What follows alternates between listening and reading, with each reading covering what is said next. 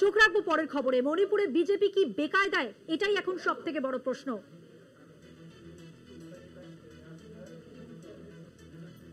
রাজ্যে সরকার গড়ার দাবি জানিয়ে এনডিএ বিধায়কের চিঠি, 21 জন এনডিএ বিধায়কের চিঠি মোদি শাহকে।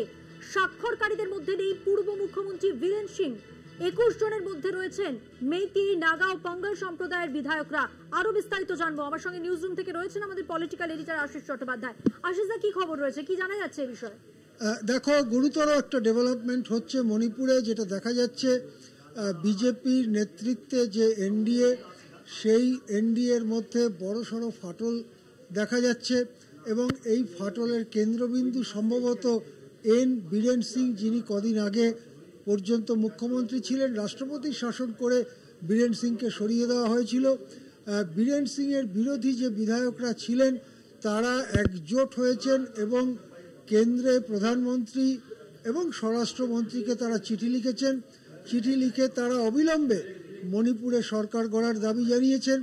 যেটা লক্ষণীয় সেটা হচ্ছে যারা সই করেছেন তার মধ্যে মণিপুরের যে সংখ্যাগরিষ্ঠ সম্প্রদায় মেইতেই সম্প্রদায়, তারা ছাড়াও নাগা পঙ্গলরা রয়েছেন, কিন্তু কুকি সম্প্রদায়ের কেউ নেই। এর থেকে বোঝা যাচ্ছে যে মেইতেই বনাম কুকি যে একটা বিচ্ছিন্নতা বা বিভিন্নতা চলছিল, তাদের মধ্যে নিজেদের মধ্যে সংঘর্ষ চলছিল।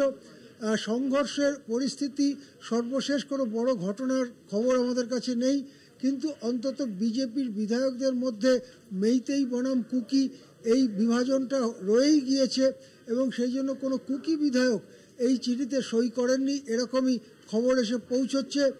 সব মিলিয়ে যেটা বলার, 60 সদস্যের বিধানসভা, সেখানে গরিষ্ঠতা পেতে অন্তত 31 জন লাগে। এখন যেহেতু 21 জন ইতিমধ্যেই সই করে দিয়েছেন এবং বীরেন সিং কোণঠাসা হয়ে পড়েছেন, এখন কেন্দ্র কি করবে? কেন্দ্র কি সরকার গড়ার দিকে যাবে? কদিন আগে মাত্র রাষ্ট্রপতির শাসন জারি হয়েছে, তার উদ্দেশ্য চরিতার্থ হয়েছে কিনা সেটা বোঝা যাচ্ছে না।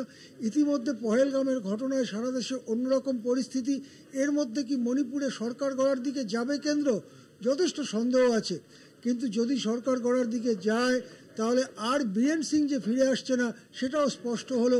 বীরেন সিং এবং তার ক্যাবিনেট সদস্যদের বাদ দিয়ে 21 জন বিধায়ক, এনডিএ বিধায়ক, প্রধানমন্ত্রী এবং স্বরাষ্ট্রমন্ত্রীকে চিঠি দেওয়ার মধ্যে দিয়ে এখন আমাদের নজর রাখতে হবে কেন্দ্র এ ব্যাপারে কি পদক্ষেপ নেয়। হ্যাঁ, ধন্যবাদ। কথা বললাম আমাদের পলিটিক্যাল এডিটর আশিস চট্টোপাধ্যায়ের সঙ্গে।